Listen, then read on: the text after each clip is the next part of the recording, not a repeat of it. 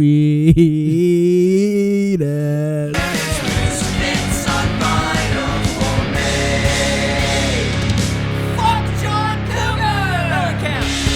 Hello and welcome to another episode of Misfits on Vinyl. My name is Spencer Streichert. I'm an actor, comedian, and one of your tits. My name is and I am one of your. Did you convert? What No. was that? Yeah, I've grown older in age. I was once formerly known as Cat Stevens. Now you're Yusuf? Yes. Yeah, I'm. I'm Aaron. And you spell it with an unpronounceable syllable. Yes, in a couple of letters. I don't know what they are yet. Yet to find out. I'm yet to find out. But now is also an actor. Yeah, apparently so. And it's your birthday. Yeah, it's the day after my birthday. I am. I guess when this comes out, it'll be a couple of days after your Yes. birthday. Yes, I've grown another year older. I can't say my. You know, what is it when you're 25? Your prefrontal cortex is fully developed. Yeah. Downhill from here, baby. Yeah, dude. Downhill from here. It all goes downhill. If I wasn't dumb a year ago at my peak, just you wait. Another 26 years down the line, how dumb I'll be. 25 was the last year that I did feel smart, I will say. Yeah. And then I've just consistently felt dumber each year. I never felt smart, so this is just one of those things. Man, Dunning-Kroger. Yeah. You gotta feel fake smart. Fake smart. Fake smart. Yeah. But yeah, I've grown so much this past year. I do feel like you've grown quite a bit. Yeah, probably a couple pant sizes. No, it's great. I feel no different than when I was 25. Have you tried Lizzo? I haven't. I was at the movies yesterday, and there was like 14 Ozempic ads. So Nice. I felt there was like 2 other people in the theater, so I felt like I was being targeted. Yeah, that's a little too specific. Like YouTube, when YouTube targets me, that's why I don't watch ads no more. That's why you don't YouTube. That's why I don't YouTube. That's fair. I just pay for the YouTube Premium. That's what I have, but Yeah. I don't pay for it. Oh, nice. Yeah, I share subscriptions Ooh, with who? with Sarah's father. Nice. He has YouTube Premium. I bet that you fuck each other's algorithms up royally bad. Well, it actually, luckily, I was able to keep my own account. Oh, so, really? Yeah. So I have Wow. my own account, and he's got his own account. The only thing that's annoying is I don't have it on the TV. So when I want to watch YouTube on the TV, I get ads. That does suck. Yeah. I'm not gonna lie. I watch a lot of YouTube on my phone before bed. I watch a lot of YouTube. So do I. Before bed. Well, like I thought about putting Instead of reading, because honestly, fucking, who's smart enough to read before bed? I thought about like putting it on the TV, but I don't know if like Sarah would be into my algorithm. I was like reading some of my videos to her off the other day, and it was like, why Anchorage, Alaska is the most important freight hub in North America. I watched that same video. Yeah, oh yeah. Yeah. Just because you're like 9 hours away from everything. Yeah. It's pretty incredible. It's And then, kind of like the center point of the northern hemisphere. Yeah, and there which was is pretty cool. what was I watching yesterday? This guy driving a Model T. Nice. I watched that for a while, and there was like one that came up was like Hitler's train, and I was like, oh, I don't know what that is. Should probably watch that too. Yeah, I definitely feel you because I get a lot of these random geographical location highlight videos. Yeah, just like learning about things I can bring up casually like 4 years down the road. Yeah, Dude, the Hoof GP, that's my go-to. I know I've mentioned it before, but I can accurately identify digital dermatitis now, and I know how to treat it with salicylic acid and a wrap, and Nice. putting a block on the other foot so that it keeps the hoof off the ground and no pressure on it so it can properly heal. Yeah, I'm into a lot of the weird You got to history scrape off video all the essays. detached hoof horn Not first, so much though. into the hoof scraping. I do those come up more on my Facebook. Out of all the algorithms, Facebook one is the most out of pocket. I mean, it is like your newest social media. Yeah. Like profile. I almost said portfolio. Yeah, well, I was on nothing for a very long time, and then I had to get Facebook for work, and I got Instagram because of the podcast, and then you got tired of me like messaging people on our podcasts. It wasn't that I got tired of it. It was that I was reading conversations between you and Sarah. Yeah, sending memes.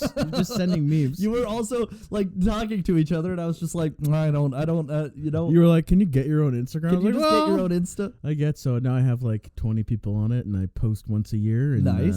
That's pretty much it. I feel like we're gonna post quite a bit coming up. Yeah, we might have to. We're gonna have some fancy photos of the two of us. Fancy photos of the two of us. Yeah, I mean, We're gonna look like a couple of fuckable boys. You're gonna have some fancy photos. That is the wrong choice of words. But recently, you got some fancy photos because you did your comedy special. Did my comedy special. I did it at Ranchmans, and it went off really well. It was a lot of fun. I had a good time. I'm glad that you had a good time. I thought that I was bombing the entire time I was on stage because the acoustics. Here's the thing, Ranchmans, cool venue.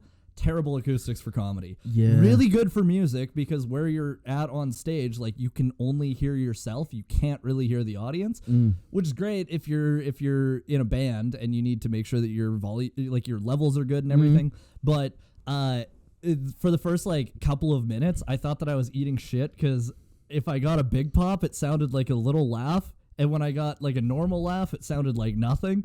So I just had to like look at people's faces and kind of gauge off of that because I actually couldn't hear anything. Yeah, it was pretty awesome. I mean, I was laughing extra hard and extra loud.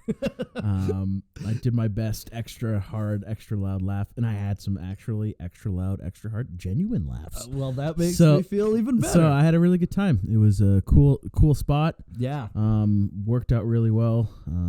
I think the one thing that I'm like really excited for is the like when people see this, they're gonna like it.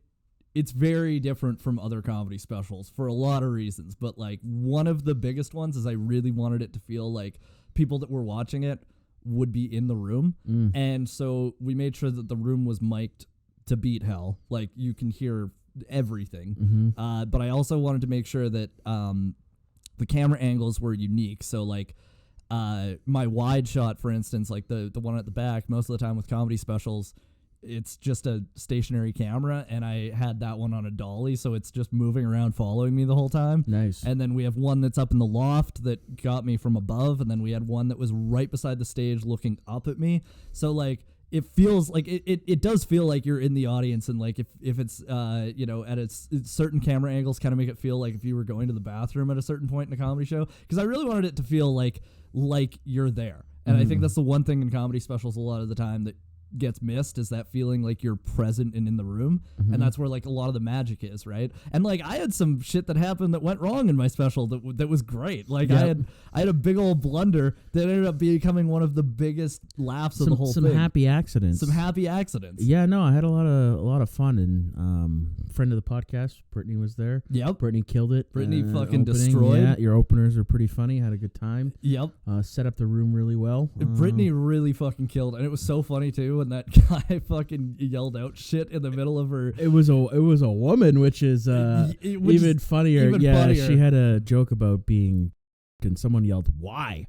Which was like, "Yeah, someone drugged me and drugged my drink at a bar," and someone went, "Why?" Yeah, and then Brittany's like, "I don't know, dude. That's a good question. That's a good question." I mean, yeah, she had a really funny joke about how why would you break and enter when you could have just knocked. Really, really good. I'm excited to see the final product, man. I thought you did a great job. There was a lot of people there, lots of laughs. Yeah, no, I'm proud of you. You did a good job, man. Well, shucks. Thank you. It was good to see.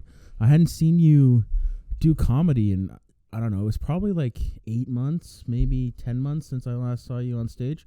And I'd seen some of the bits I'd seen before get super sharp and well done. And then I saw some bits I'd never seen before that I thought that worked out pretty well. So yeah, thanks, man. I really got that note from a couple of people. I really, really buckled down in the last few months. Not that I'm not constantly working on my shit, but like, like even from when I was in Jasper and Airdrie with Gabby, like she said, she was like, every single thing that fell flat in those shows, you tweaked and updated and made better. And even the jokes that were landing, I made better, which to get that note from other comics feels really good because, it's something that the audience isn't going to notice, right? Unless it's like you, who you've seen it before and you've seen like the progression of it, But yeah, like to be working on this for like 5 years and now I've recorded it. It's good. I'm super happy with it. It's going to be a really tight special too. Like it's like 45 minutes on the dot, which is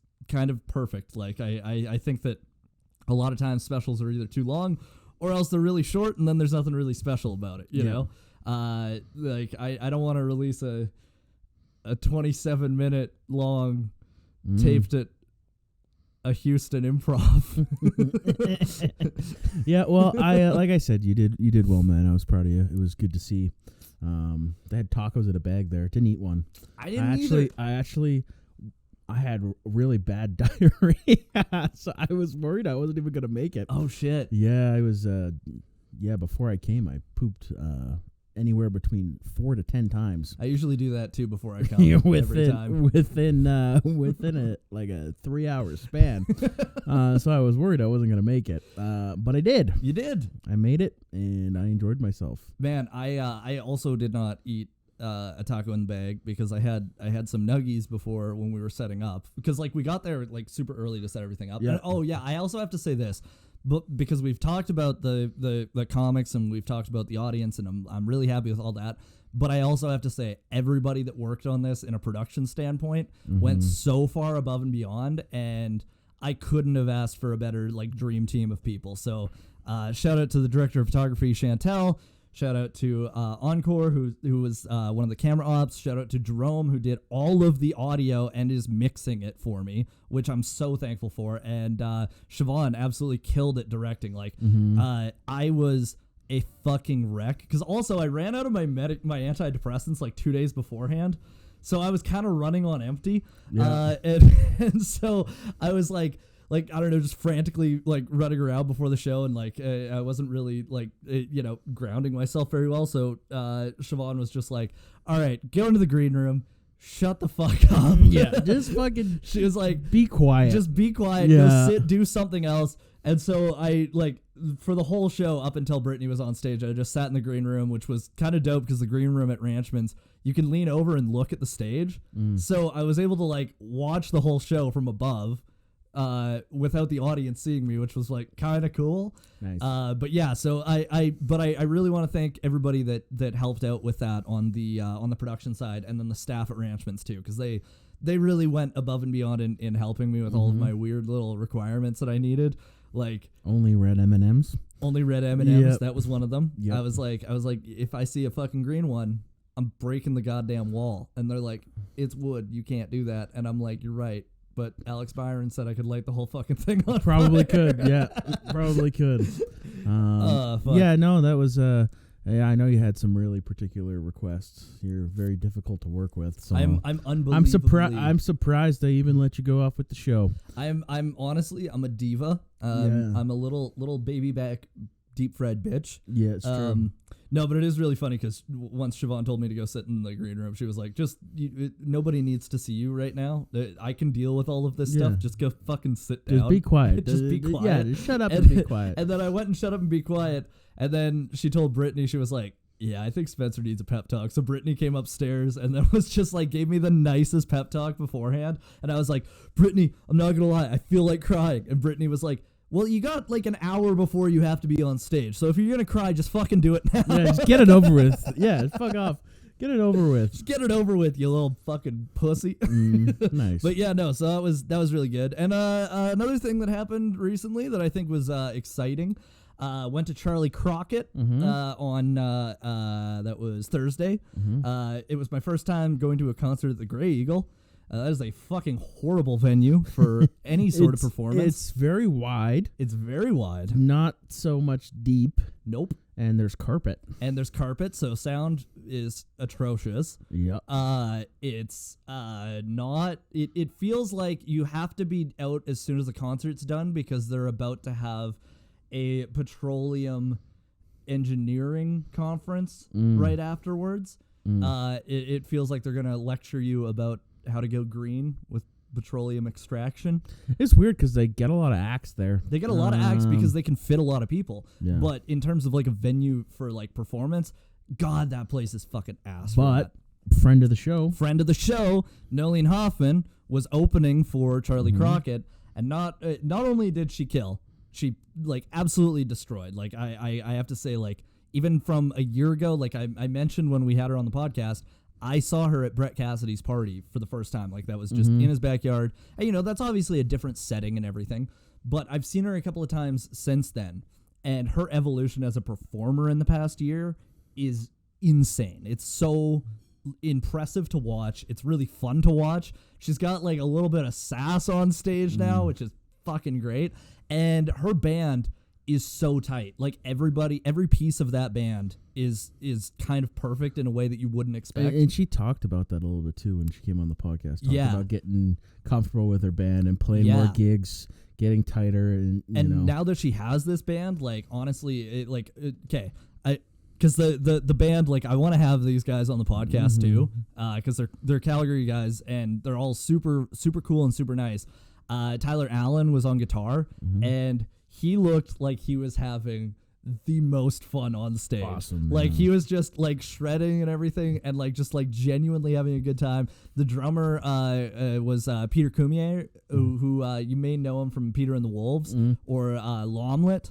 He's also in that band. But he's an incredible musician in general. Like when he does a lot of shows, he'll play drums and piano at the same time. Like he has like a foot on two different pedals, and he plays piano and he sings. But he's like it's not like drumming in a country act is exactly the most technical thing, but he still makes it his own in a way that is very evident. And the bassist was also very very good.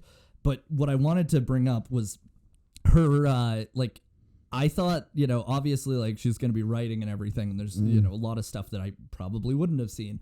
But I was genuinely surprised at the songs that I was seeing that I hadn't heard before, that I was like, wow, this is within a year. Like, she's been writing this within a year, which... You know, it's really good. She did an acoustic of Purple Gas, or started an acoustic and then had the band back on, which that blew the roof off the place. Everybody was there for it. And I'm so excited because that song's coming out on Zach Bryan's new album. They do a duet of that song. So, yeah, shout out to Noeline. She killed it. And Charley Crockett, it's not like it wasn't like he was bad or anything. He definitely started lower energy, though, than he ended. Yep. And I don't know if that was like I heard through the grapevine that like after his last tour he had to let his band go and his tour manager and a bunch of stuff. So I don't know if that had something to do with it, but it did feel like he started the set with his whole band. He did a couple of songs acoustically, and when he did those acoustic songs, his energy and his stage presence and everything went all the way back up, and all of a sudden he was just a different performer. And every single person that went and saw him last year that I had talked to had said his stage presence and his performance and his energy are the things that you need to watch him for. So I was feeling a little weird at the start of the concert because I was like, I don't know if this is what everybody should have been writing home about, you know, but he brought it. He found it and he got it back, which I think that's impressive more than anything. I want to do another quick shout out too for another Calgary artist. Well, an artist from Calgary. I'm really enjoying their album, Diamond Jubilee. Yes. Cindy Lee. It's pretty cool. I mean, they're based in the States now, but they were in a band, Woman. Now they're Cindy Lee, and this album is like a really, really impressive. I was listening to CJSW on the way over, and they were playing Diamond Jubilee on the radio, the title track. Yeah, just really great album. It's only available on YouTube and like by donation. I forget the name of the website, but really, really worth listening to. Yeah. I think we're going to talk about it here in the coming weeks here on the podcast, but a really unique album. Yeah. It's getting a lot of traction. I've seen videos come up now in my algorithm when it's not about geography. It's about this album, and I don't know, it's really, really impressive piece of music. Really, really cool album. Yeah, I agree. And I also think that something that needs to be mentioned about that is like not only did it kind of blow up only on YouTube, only being released on YouTube, which is impressive. There's no like video accompanying it. It's just the album art, which Also looks fucking cool. I think it's like, is it in like Medicine Hat or Lethbridge or something? Yeah, it's one of the grain elevator like depots. I think it says where it is on it if you look close enough. I think it just says Alberta on it. It just says Alberta, yeah. It's pretty cool. It's pretty cool. But it's funny because after I listened to it, then I saw a Fantano video popped up, and he was talking about how that might be album of the year. I don't know. It's a really impressive piece of music. Like, it's hard to describe exactly what it is, but it kind of feels like you're like walking through like a ghost town, or like it's like it feels like almost like a movie soundtrack, but there's no visuals. Like, it's really hard to describe. It's really impressive piece of music. It's really impressive, and it's a lot. I mean, both sides are like 16 tracks, and it's all quite good. And you can digest it in one solid go if you want to pick up where you left off, or just fast forward to a different part of the album. It all flows really well. It flows really well, and it's such a unique genre bending experience. Like, shout out to my brother. My brother sent it to me. God damn. Yeah, I don't know. That was probably like a month after it came out. He sent it to me. Shout out to Liam. I listened to it a couple times, sent it to you, and it's a pretty awesome piece of music. So we'll be touching that one, I'm sure. We'll be touching it. Speaking though of concerts, okay, you've seen. You recently saw that's the title of the video, and not podcast. Only did I get to see this band, which I have to give a shout out to Jordy Bott, who's a comedian in Calgary. Your cat is licking my toes. Yeah, dude, she's got a foot fetish. It tickles. It tickles. She's like, yeah, well, I'm gonna lick all that salt off your toes. Anyway, sorry to interrupt you. No, now I'm just watching as you wiggle your toes for my cat to lick. She's licking her own asshole now. Ooh, yummy. Yum. She licks my face sometimes. Is this what they call foreplay? This is. I mean, feet are kind of a post foreplay thing, I think. Yeah. But anyways, Jordy Bott posted on Instagram and was like, he basically was like, hey, does anybody want to come to Wheatus on Friday? And the concert was sold out. It was at Modern Love. And I was like, I'd love to go. And so I messaged him, but it was like 12 hours after he posted it. Nobody had responded that they wanted to go to Wheatus. And I was like, come on. Like, it's Wheatus at Modern Love. Like, that seems like a good time. But we ended up going there, and another comedian in the city, Chris Whip, has a joke about Teenage Dirtbag, and they let him open the entire show. Oh, that's cool. And it was so cool because he went on before the first bands. The bands that were opening were also really good. Galacticas, they were one of them. And they're kind of like if Steel Panther was a pop punk band. Like, they're really fun. They're really, really fun. And they just brought it. They were the first band, and then there was Chilio, I think was the second band. That was their name was. They were also really fun. And then I forget who the third band was, but I think they might have been like from out of town. I'm not 100% certain. They were good, but like the first one kind of set the standard really high. Wheatus was incredible. I'm not kidding when I say this. That might be the best concert I've ever been to. And I'm not a huge Wheatus fan.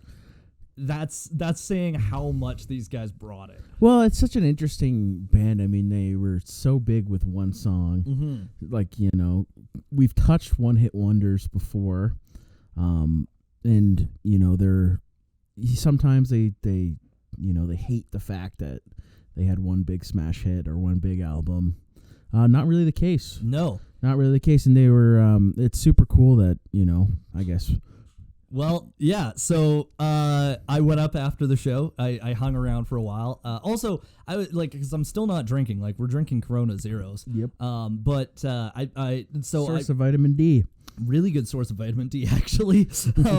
But so like I wasn't drinking or anything. So I just had an edible before the show started, and I was like, that wore off by the end of it.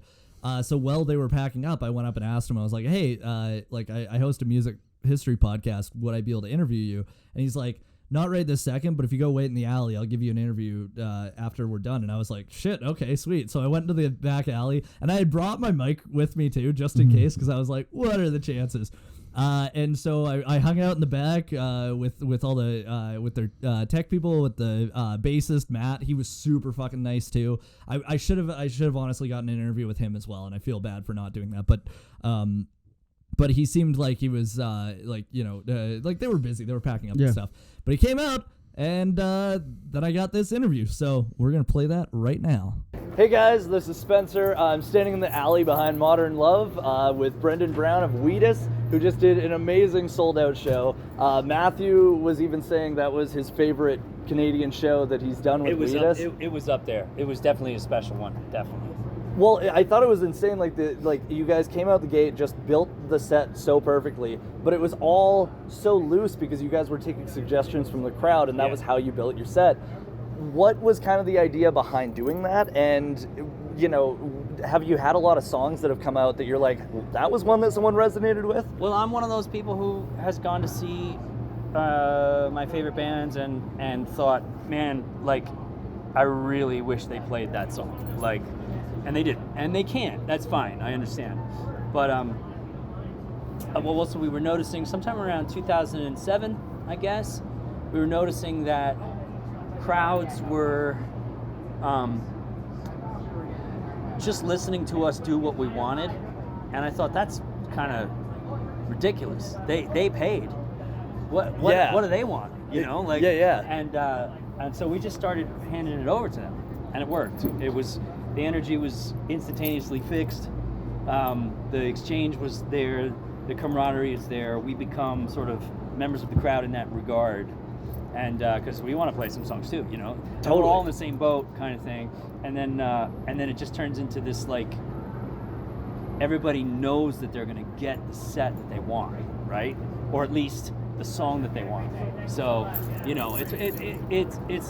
it's delightful. It's a way better way to do it as far as I'm concerned. It's not for everybody, I understand, but yeah. Yeah, no, I totally agree, and I think, like, personally, that's one of the best concerts I've been to in general tonight. Was really? Just because of that vibe. It really felt like we were a part of the show with you. Yeah, that's the idea. Yeah, you're getting the set that you paid for. Yeah, no, that's awesome. and the other thing that I thought was really interesting is right at the end of the show when you guys did Teenage Dirtbag, which, by the way, that song has had such an amazing trajectory over the last 20 years. That's been a song that I've heard my entire life, and it's something that, like, it was so cool when it blew up on TikTok again from a fan perspective, because I was like, yes, the next generation is getting it. Right. But what you said was, this is your song. And do you feel that way about all of your songs, where as soon as you're done them, it's like it goes out there and it's up to the fan interpretation? Or is it specifically that one and what makes it stand out so much? Well, whether you want to admit it or not, if you're an artist and you're making art or music or anything, movies, whatever, the very second that you are finished and you put it out there, it's way more important what other people think about it than what you think. The author is dead, you know what I mean? Mm-hmm. And that's part of that's the sort of like trust and agreement that you have with people who consume art. Because if you think about it for a second, you're asking people to spend their hard-earned money on your dreams and your imagination. That is fucking preposterous. Yeah. On its face, that's preposterous. And if you're going to be so bold as to try and do something like that, then you better recognize that people who pay attention to you are the only reason you're able to. Mm-hmm. That's it. Anybody can make a record. Anybody can do it, right? But what's different about acknowledging that, for me, it took a moment of, like, you read some comments, right? Everybody gets into the comments sometimes and reads them and realizes, like, oh, like, there's people who don't like us too, right? Yeah. But then you have to take a pause and say, wait a minute, that person took a moment to write something shitty about me out of their lives. They put it on there. Even though it's not what I wanted to hear, I owe that person respect. Mm-hmm. Because that's a person who's paying it, who's looking in my direction in any shape or form, right? So when you consider how many people show up, they spend their money, they spend their time, people have bills to pay, people have children to worry about, that they would even think for 1 second to spend any of their time and money on my stupid daydreams, I owe them a lot more than a song. The respect and the just basically owe them my livelihood essentially in some regard, right? So I feel like if I'm not doing exactly what they came for, and that's Teenage Dirtbag note for note like it is on the album with some fun flourishes. Yep. But I really enjoyed the flourish tonight, I'll say. But before the flourish, you have to get the facts, right? Mm-hmm. The people hear things the way they hear them on an album, and they want that feeling. And if you don't deliver that feeling, you're betraying that trust, right? Yeah. Doesn't matter if they pay $20 or fucking $2,000, and they're in the VIP or whatever it is, right? It's a betrayal. So you have to keep it. You have to keep it real. I'm not saying don't do things that are interesting, sure, right? But like you owe them at least the very bare minimum is to sound like your record, right? Yeah. And then once you've accomplished that, then you can go and do more interesting things that are interactive with them, in my opinion. I like jam bands too. Yeah. But every great jam band knows how to play their studio version first. Well, and that was what I was going to say, is it kind of felt like you guys were the most professional and put together jam band because of that, you know? Okay, I'll take that. I'll take that. Like in such a positive way. You were just like, yeah, what do you guys want to hear? All right, great. We're going to close with Teenage Dirtbag. You know that. Like, it's all going to be good. Trust us. No one's getting their heart broken on that. Yeah. We would never. No, that's amazing. Well, thank you so much. I really appreciate you taking the time to do this. And I can't wait. You guys are going to have so much fun in Saskatoon tomorrow. Thanks, man. It's nice meeting you. Thank you. Thanks for coming in to talk to me. I appreciate it. Yeah, thank you so much. We'll see you. All right, see ya. Gosh, golly gee. What a cool dude. What a cool dude. Like, Yeah, that's what a gracious. You sent me the audio of that the night that you were there, and I was like, wow, that's a really fantastic interview. I commended you for asking some good questions. I appreciate that. You asked some really good questions, and he gave some really thoughtful answers for like just performing a concert and being in the back of an alleyway. Yeah. He was really, really gracious with his time and his answers. And also like like I can't stress this enough. Like he was so kind to do that, and I was like kind of surprised because not that they're like a massive act or anything, but it's like. They're big enough that it's like he could have just been like, nah, sorry, like I don't want to do that, like their whole tour was sold out, so it's not like they needed to do that. Well, yeah, and I mean they kind of recently had a resurgence on TikTok, and there was a sped up version of Teenage Dirtbag that has millions of listens on Spotify. Yeah. The song is picked up with a new generation, a new audience of people. Well, and it's so cool too that like the way that they did the concert, and this is why, like I mentioned it in the interview, but this is why I think that was arguably one of the best shows I've ever been to, is because they went up, and before they even played a single song, they're like, what do you guys want to hear? And like he said in the interview, it's like he's been that person that's went to a show to see his favorite band, and they didn't play his favorite song. We've been that person. Yep. I mean, Peach Pit was that for me. Like City and Color was that for me. Yeah, exactly. Yep. Like it's so it's like so the fact that they did that is A, really cool, B, really impressive musically and everything else, because like that means that the whole band has to know all of their discography in case someone yells out a random one. And they did play every song that people had yelled out, which I also really commend them for. Yeah. Because there was some that I was like, I don't fucking know that song. Yeah, you know? what's that song? What the fuck is that song? But then he also did something really cool, which was he asked the audience, do you guys want to hear a Rush cover? Or do you want to hear a Tragically Hip cover? And the audience went crazy about Rush, but then we really lost it for the hip, obviously. And he played My Music at Work, and it was fucking awesome. And he even said beforehand, he's like, I wish I had written this song. Like, this is such a good song. And yeah, really cool guy, really good show. The bassist Matt had said like that he thought that was the best show he's played with Wheatus in Canada, which is saying something. Cool. Yeah, that's really cool. And also their first time in Calgary. That was their first time in Calgary. Wow. So it was nuts. I also ran into some other friends of the podcast when we were there, because I ran into the owners of CAX. Nice. Yeah, so that was cool. I got to talk with them for a little bit, and then I ran into the back alley. That's awesome, man. That's cool.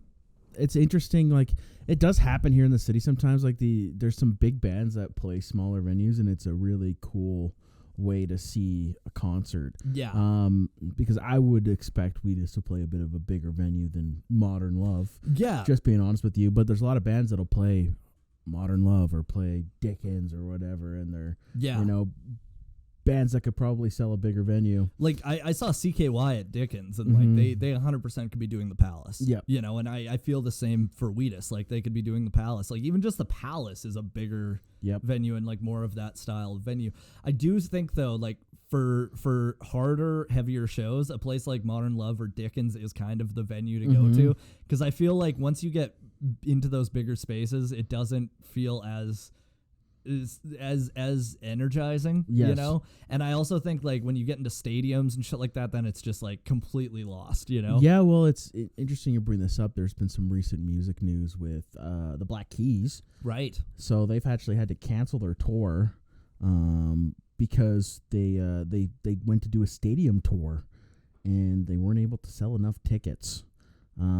So they were booking arenas and they weren't able to sell enough tickets to do arenas. That's crazy. That is actually insane. So they had to cancel their entire tour.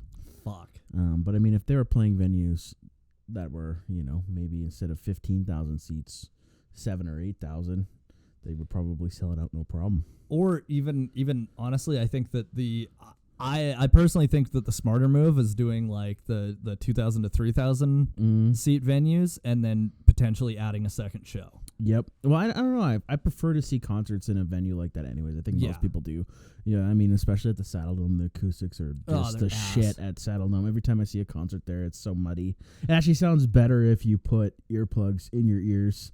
Even if you're sitting far away, it sounds way better. I'd rather see like a concert at like McMahon. If you're gonna be a big stadium band, I'd rather see it like at McMahon or something like. And I think that there's something else too to the outdoor concerts when you get to that size, that there's a different energy involved in that. Even I've seen some big bands outdoors in Edmonton.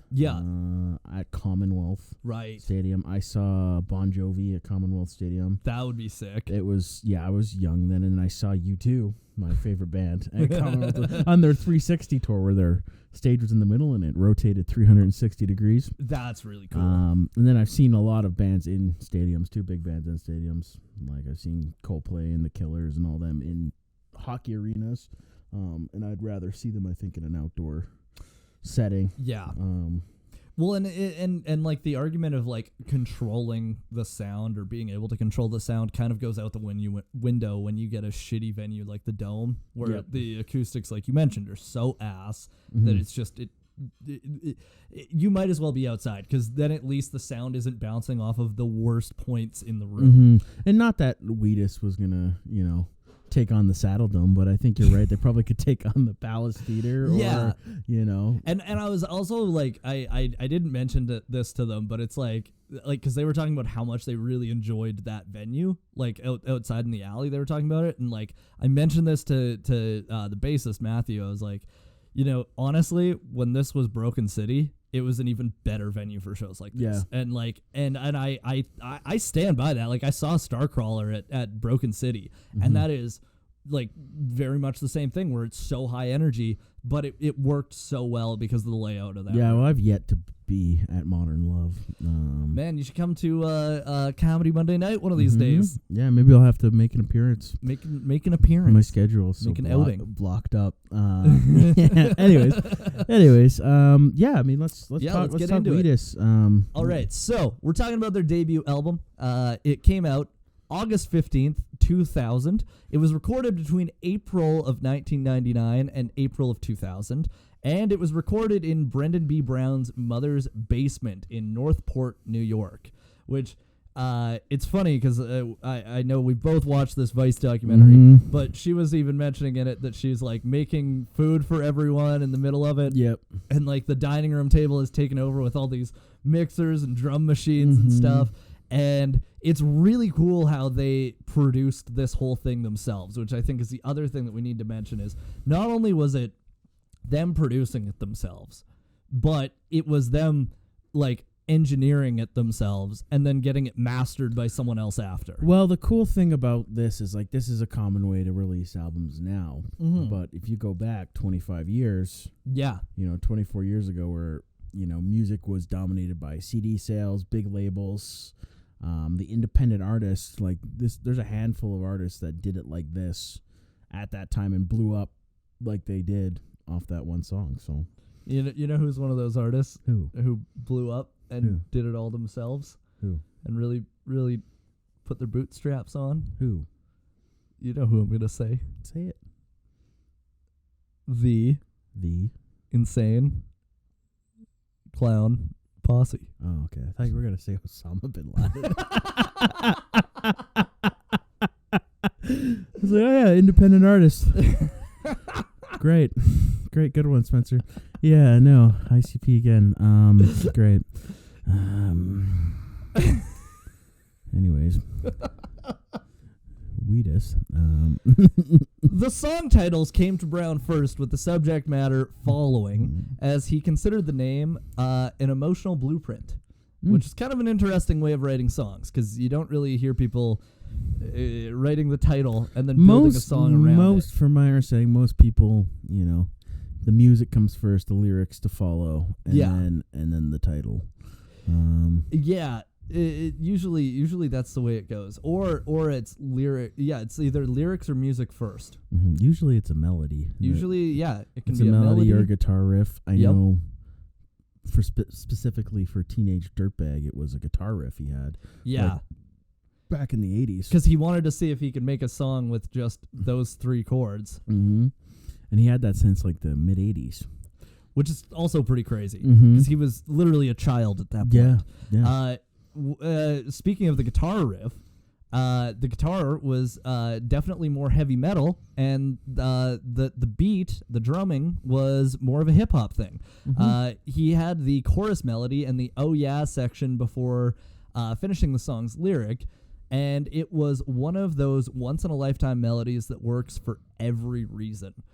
Brown claimed the song was autobiographical. However, none of the band members wound up getting the girl in the end. So I guess that's the inspiration, the hope that happens to someone someday. Also, as we learned from this Vice doc, dirtbag was a term referred to school shooters.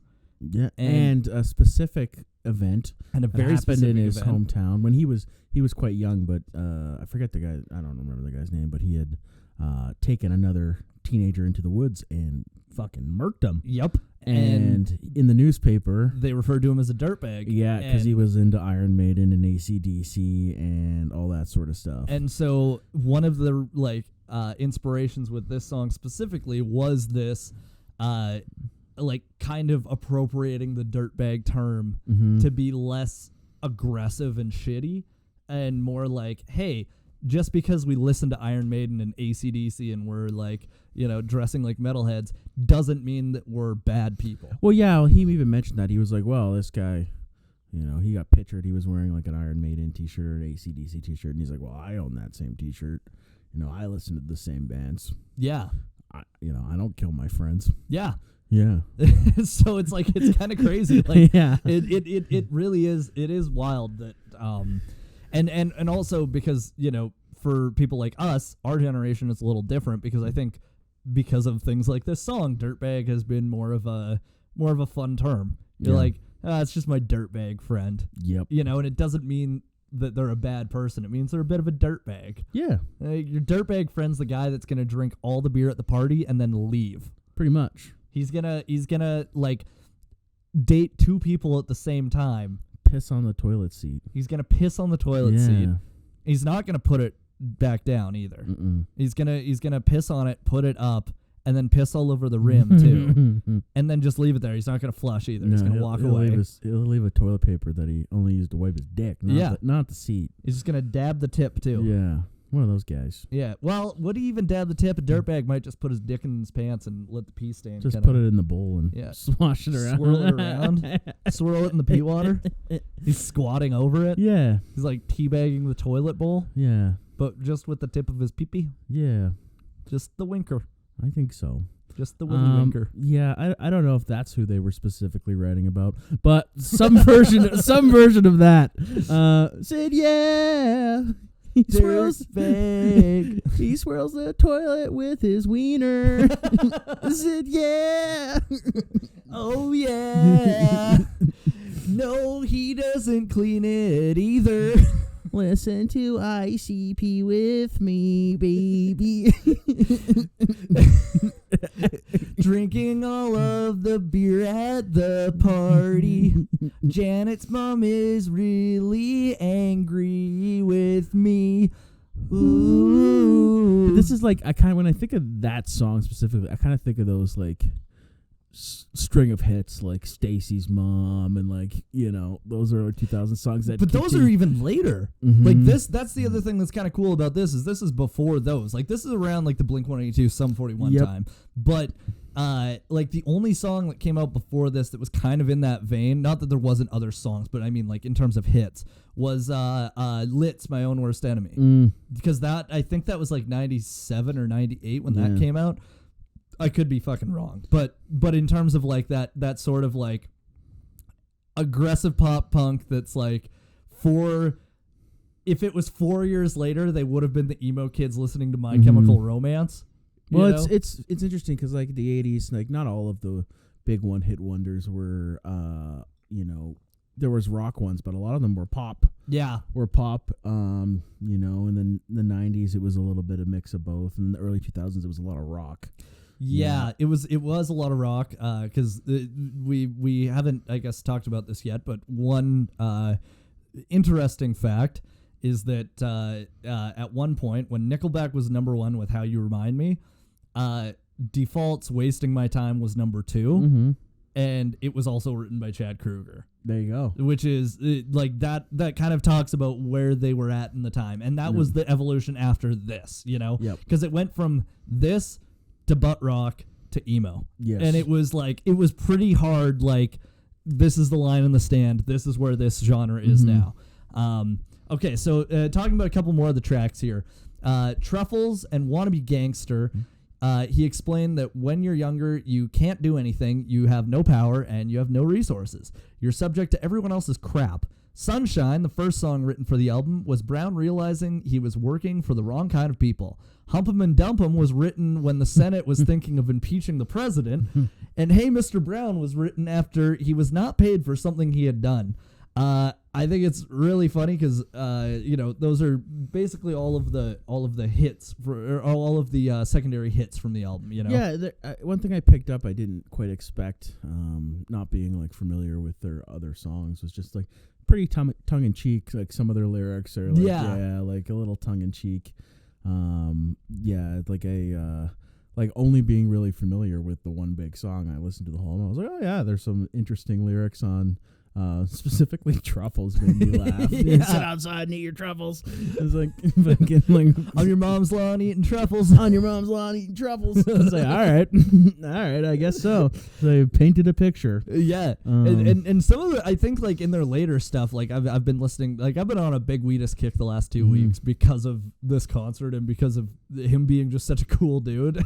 So, but like some of their later stuff is like also really good. Like I forget who they were referencing in 14, but they were talking about a certain artist being or author being a really creep. J.D. Salinger. That's who they were talking about how he's a fucking creep to girls. The old Catcher in the Rye. The old Catcher in the Rye guy. Yeah, he just disappeared. Yeah. I watched an interesting documentary about that guy too. Really? Yep. Yeah, he was very much so a recluse. Until he came back out and produced the hit show Celebrities. Do they know stuff? I thought you were going to say Let's find out. The King of Queens. Oh. Written by J.D. Salinger. Oh, that would be great. The King of Queens. That would be fucking amazing. Yeah, I don't know. When I read The Catcher in the Rye, I think I was probably 12 or 13. Didn't really get the hype. Yeah, it's not a good book. It's okay. I mean, I get some of it. But yeah, I wouldn't put it as a, one of those monumental books. I will say this: I find that it's overhyped. I think so. I think it's a big problem with it. I think that it's not as good as people think it is. But there's a couple books like that I've read where I've heard so many fantastic things, and then you read the book, and it's like, might be a product of its time. I kind of feel like George Orwell wrote the same book every time. I won't go. I'm a fan, so I won't. I'm a fan too, but I'm just gonna say it. Animal Farm and 1984, very fucking similar in their theme, in what they were trying to say. Yeah, but for the time. For the time, yeah, no, it was talk about those concepts. Revolutionary. Yes, talking about those damn commies. Yes, how the Ruskies are gonna get us. Yeah, like I don't know. I kind of felt similar in like A Brave New World. I was like, okay, it's like you know. I wonder when someone is gonna read Life of Pi and commit a murder. I don't know. I don't think that's gonna happen. I don't know. Might.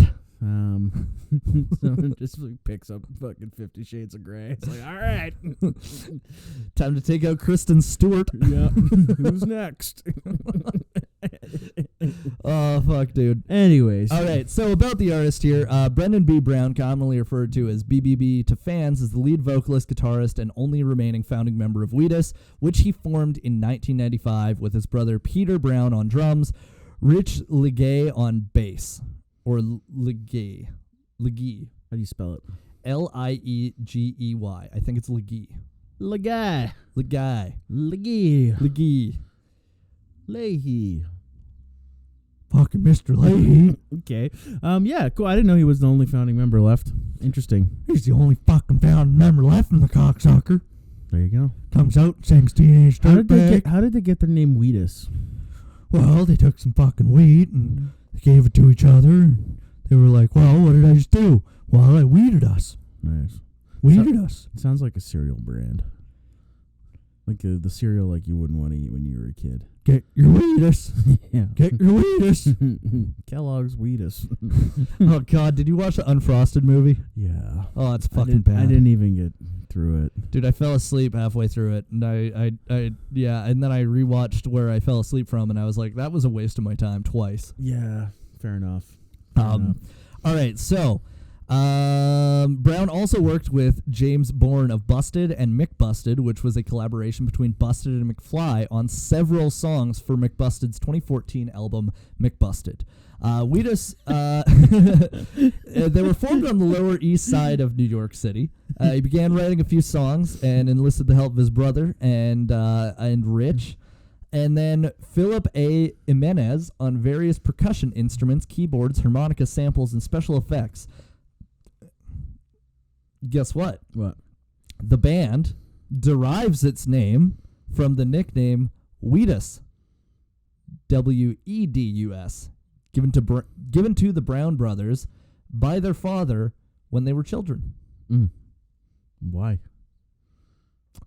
It doesn't say. Okay, fair enough. In 1999, they hired New York entertainment executive and producer Ray Mielo, who booked them at New York's Luna Lounge for regular appearances.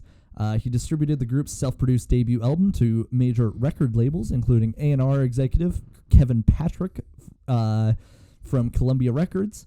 And then he arranged for Patrick to see the band play at the Mercury Lounge, and Patrick subsequently signed Wheatus to a multi-album deal. Nice. And Melo was acting as the band's manager. Their self-titled album was released, like I said, August 15th, 2000. Later on, they recorded Punk Ass Bitch, and the lyrics were changed, and that was the theme song of Jackie Chan's Adventures, the cartoon series. And it was not Punk Ass Bitch. I forget what it was called, but it was, they changed the lyrics, and it's kind of funny, because that was, you watched that when you were a kid, right? Mm-hmm. Jackie Chan's Adventures. Did you know that Jackie Chan actually did not voice Jackie Chan? Really? In Jackie Chan's Adventures. Didn't know that. Yeah. I found that out recently. It really fucked me up. Wheatus began work on their second album in 2002, with Brendan enlisting the help of his sister Liz Brown and the band's merchandiser, Catherine Froggett, as backing vocalist. Shannon Harris of Relish, a group who had supported Wheatus on their earlier tours, was also added to the band as a keyboardist. When their album Hand Over Your Loved Ones was released in 2003, it received little promotion in the UK and was just not issued in the US. Wow. Which is fucked. I feel like they kind of got let down. They kind of got let down. They kind of got tossed to the side. Because as we know, record executives are really not good people. Yeah. In October of 2004, the band made the decision to part with the record label and to form their own, Montauk Mantis. During this time, they also enlisted Michael Belair as a replacement for Harris, and then in February 2005, they reissued Hand Over Your Loved Ones under the new title, Suck Phony, which included new tracks, William McGovern, and a cover of Pat Benatar's Hit Me With Your Best Shot. Nice. Which, that slaps. In early 2009, he composed music for April Showers, which was a film that deals with the Columbine High School massacre. On June 1st, 2009, the Lightning EP was expected for release. However, it was not available until June 2nd due to a series of technical difficulties, including a server crash on the band's website.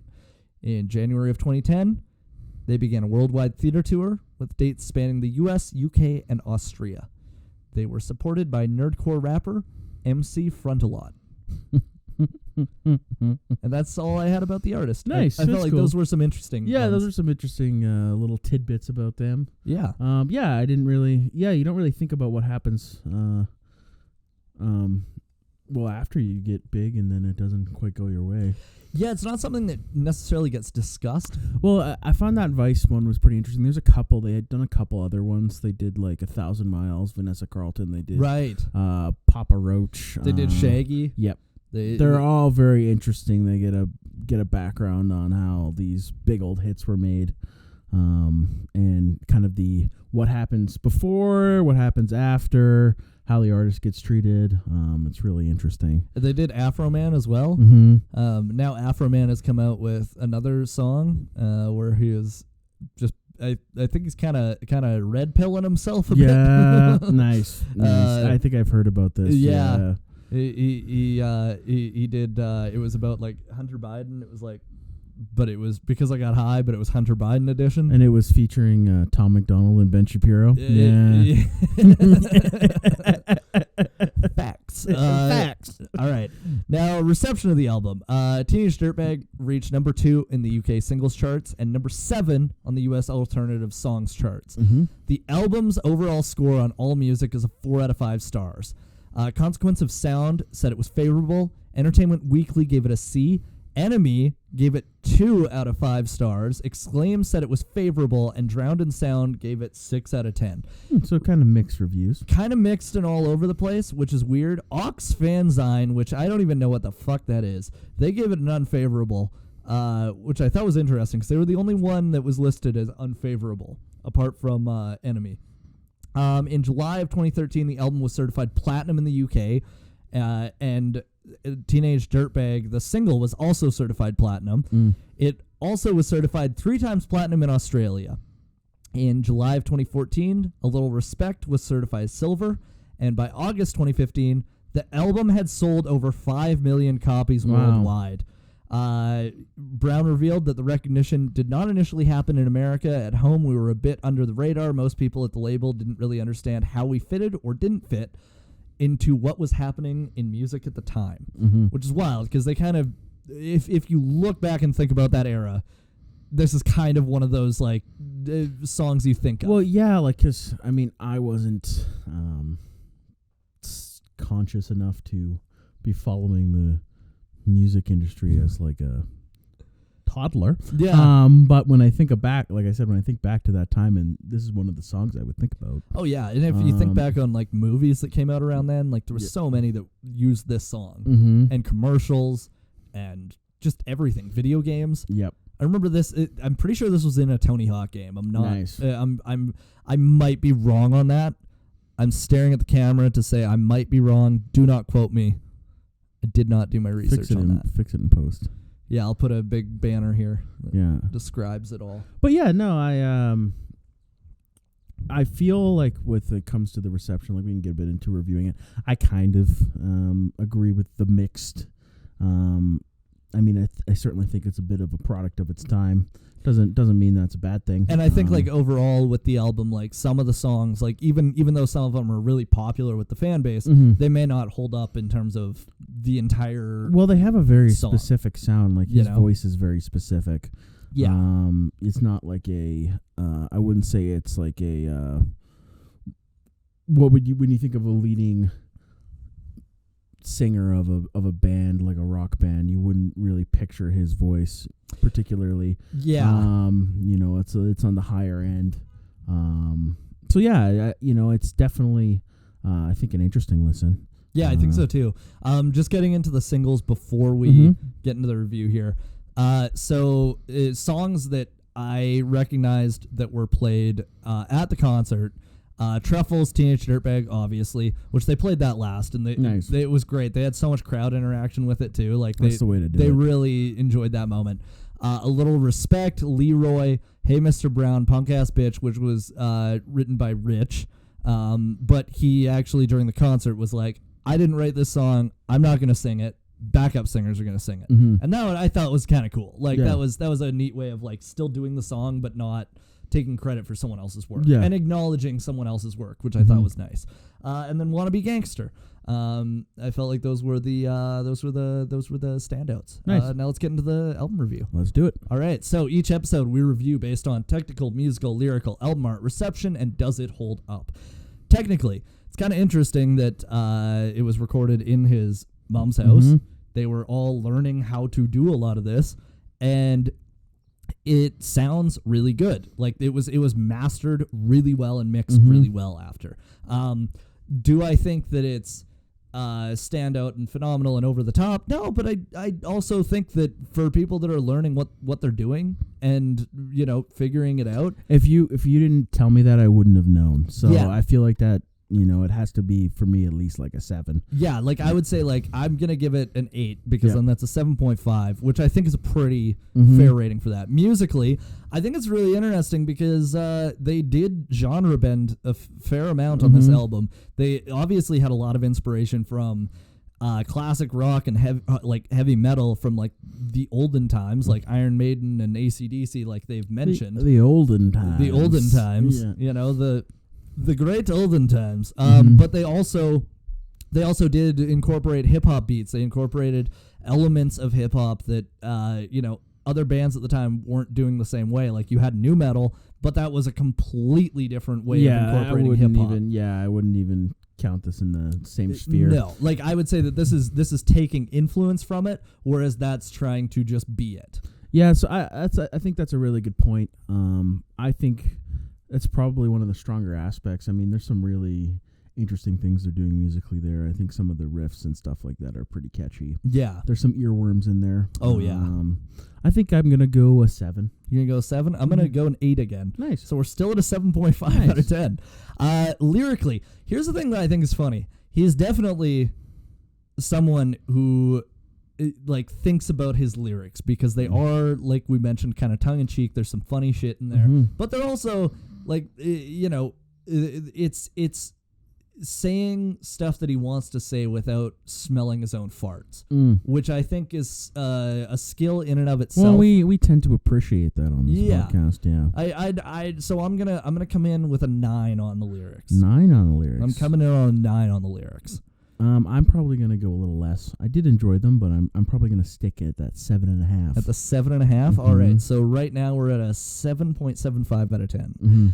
Album art. This is where it drops for me. Yeah, the album art is like very of its time and doesn't stand out. It's not anything special. It's just the fucking name of the band. Yeah, with weird colors. Yeah, I'm gonna have to agree there. For some reason, it makes me think of like Vans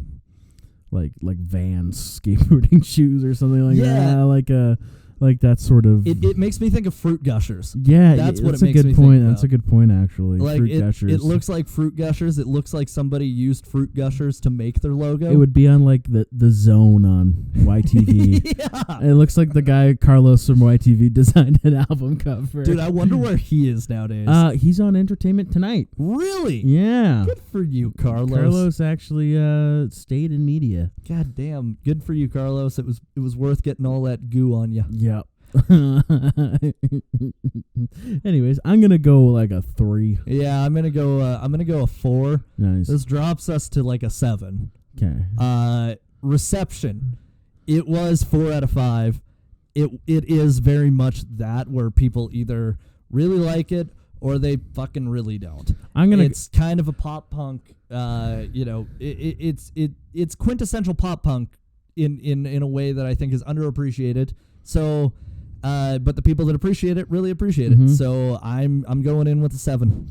I'm gonna go with a 5. I think it's gained its fans over time, but I don't think it like at the time. I look at those reviews; it was so split down the middle. I think I'd have to be responsible and go a 5. Go a 5. So we're at a 6.75 out of 10. Mm-hmm.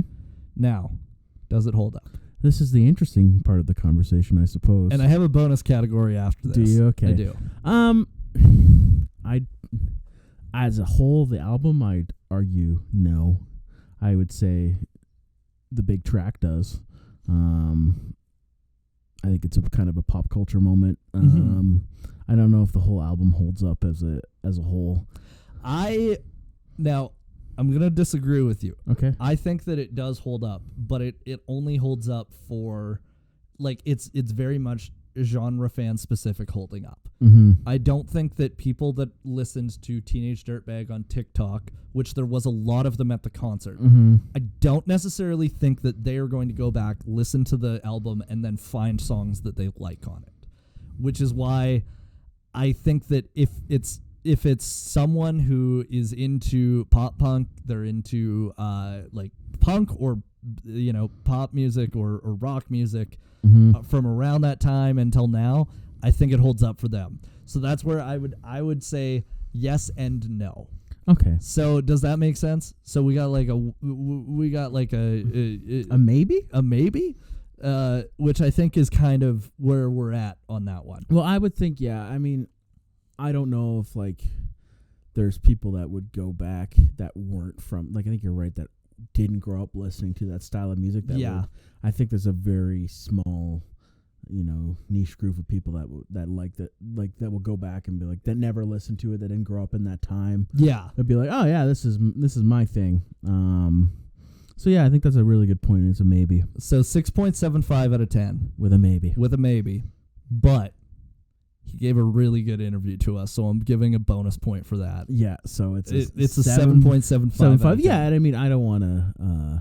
It's always weird too when you have someone that comes is probably going to listen to it. Yeah, that's where and it's not even that, like, I don't think, like, personally, like, because that's the other thing. It's like, personally, I'd probably say this is an 8 out of 10.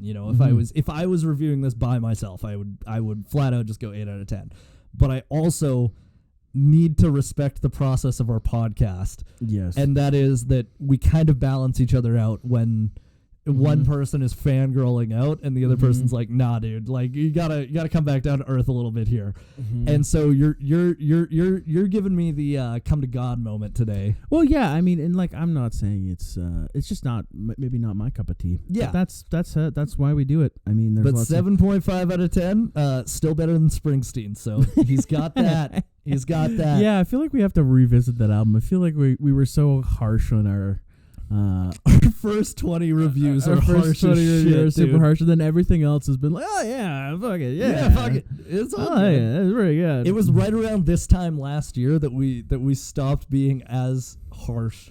Well, yeah, I feel like I'm still have that in me. I don't know if you do. I do. It just it really does. I don't mind looking you in the eye and there's an album you love and like giving it 2. I remember the first time it happened, it really broke my heart. I'm not gonna lie.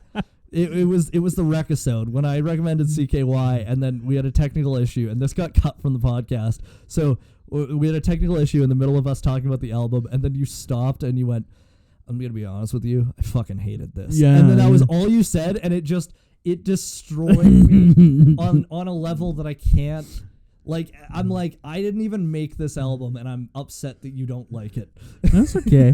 I mean, there's like some things I wouldn't even bother recommending because I know you would fucking hate it. Dude, I want to listen to some stuff I hate, though. Yeah. I really do. I want to listen to some more trap But rap. this wasn't one I'd say I hated. It's just a meh for me, but I appreciate your appreciation for it, and I also appreciate the band, and I think it's cool how they conduct themselves and how not only are they fan first, they get it. Like as a music listener, they don't take themselves so seriously where they forget why the fans are there and why the fans come to their shows. Yeah. And that's what I took away mostly from that interview is like he really cares about the fans. And when you described the concert, I was like, oh, that's cool. I've never heard of a band doing that. Right. That's a really unique way of, doing a concert and appreciating your fans. Like you came out to see me. I want to know what you want to hear. Yeah. And we're gonna do exactly that. And a lot of artists don't do that. No, a lot of times they're just like, and I mean, he mentioned that in the interview. I know we're referencing it, but like, and it's already been heard in the episode, but he mentioned that like around 2005, 2006, they just realized that they were kind of just in this like robot mode of doing the same songs each night, and they wanted to change that up, so they opened it up for the crowd. And I think like that's, like you said, that is such a cool way to show appreciation for the fans. Like how annoying it is when you see a musician and they have, to say a handful of hits and they're fucking annoyed to sing them. Yeah. And you can tell, and they don't give it their all. They don't, but realistically, a lot of the time people are coming and paying money because they want to hear the songs that they love. Yeah. I mean, I get it. You've performed the song, 100,000 times, whatever. Tens of thousands of times you perform this song. I get it. It's annoying, but you kind of got to give it to the people that want to hear it. You got to do it. I mean, you might have sung this song live, 1,500 times, but the person that's coming there, it's their first time seeing it live. Yeah. They want to, and I commend them. And one thing I would notice about this band too, I watched some live stuff, is, they sound exactly the same. Yeah. They do it exactly the same. It's really cool. I have a good tiny desk. They have, they sound like they do on the record. Which that can be good and bad, but like I honestly do think that when it's a band like this, it's good because that's what, especially when you're asking the audience, what do you want to hear? You want to hear, if somebody wants to hear something specifically, they're going to want to hear it exactly how they know it so that they can sing along to it. Oh, dude, it was also adorable. There was like going back to the talking about the does it hold up thing. There was one person that was in the front row, and she was younger. She was like probably like in her late teens, early 20s, and she knew every single word to all of the songs. And so at one point, he just referenced it, and he's like, all right, what song do you want to hear? Because you love, like, you obviously know all these songs. And then she like, so then he played her rec after that. Nice. That's so fucking cool. Like that's an appreciation. Well, like I have a lot of respect for how they carry themselves, and especially like I said, he's not shy to be like, yeah, well, that's our big song. Yeah. He doesn't hate the fact that that's their big song. Like a lot of people do. And, it's cool that they embrace it. They embrace their audience. They embrace their fans. They, that's the cool part about it. That is the cool part about it. And even just experiencing it secondhand from you, right? I still have quite the appreciation for it. Well, like, I'll be honest with you. I wasn't like, obviously, like, I had heard Wheatus. I wasn't a massive fan or anything before the concert, and now I'm like a big fan. Like, I cannot wait to go to another Wheatus concert. I'm like, that is, and I didn't think that was going to happen to me. No. Like you know me. I like what I like, and I don't like what I don't like. And so when I fucking like something, I really like it, and I was like, this was so worth. Like, this was just such a cool fucking experience. Yeah, nice. So, yeah. All right. Well, that's it for the album. That's Yeah, it for everything. that's good. I guess we should have mentioned we have mic stands now. Yeah, we're moving up in the world. Moving up in the world. We're getting better shit. So we're getting mics soon. we're getting mics soon. The only thing we have to do after this is just record more. Yeah. and I do feel like we've treated our audience like a victim of domestic abuse because we've kept saying, no, it's never going to happen again. It's going to get better. We've been gaslighting. We're really gaslighting you guys, and we're not trying to. It just, things were really, really tight for the last little bit. It's you know, I can't make any promises that it's getting better, but I know for myself, my schedule apart from the wedding coming up is a lot better and more manageable than it was before. And that is what's going to make it a lot easier because now I have time to edit it. I have time to put clips out. I have time to, you know, record each week. I have the time to do that. So it's just a matter of when it works for both of us. And I think that's fine. We just got to do the do. Mountain Dew. Do the Mountain Dew. All right. Well, We just kind of makes me think of Mountain Dew. yeah, dude. They look like they're the type of band where like you chug Mountain Dew, you eat Pizza Hut, and then you get on your Razor scooter. Yeah. And you fucking rip down a hill. Oh, you fucking. And you break your arm. You call the boys over. You have a LAN party. Yeah, dude. Yeah, play some Halo on the OG Xbox. Dude.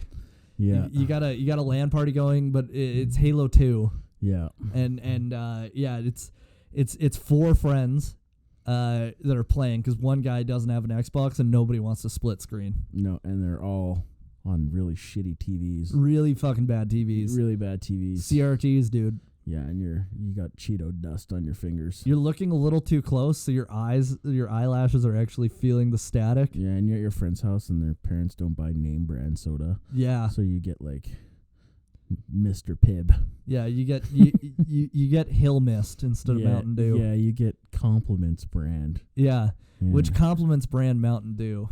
That's a new level. Yeah. It would honestly be better if they got Faygo.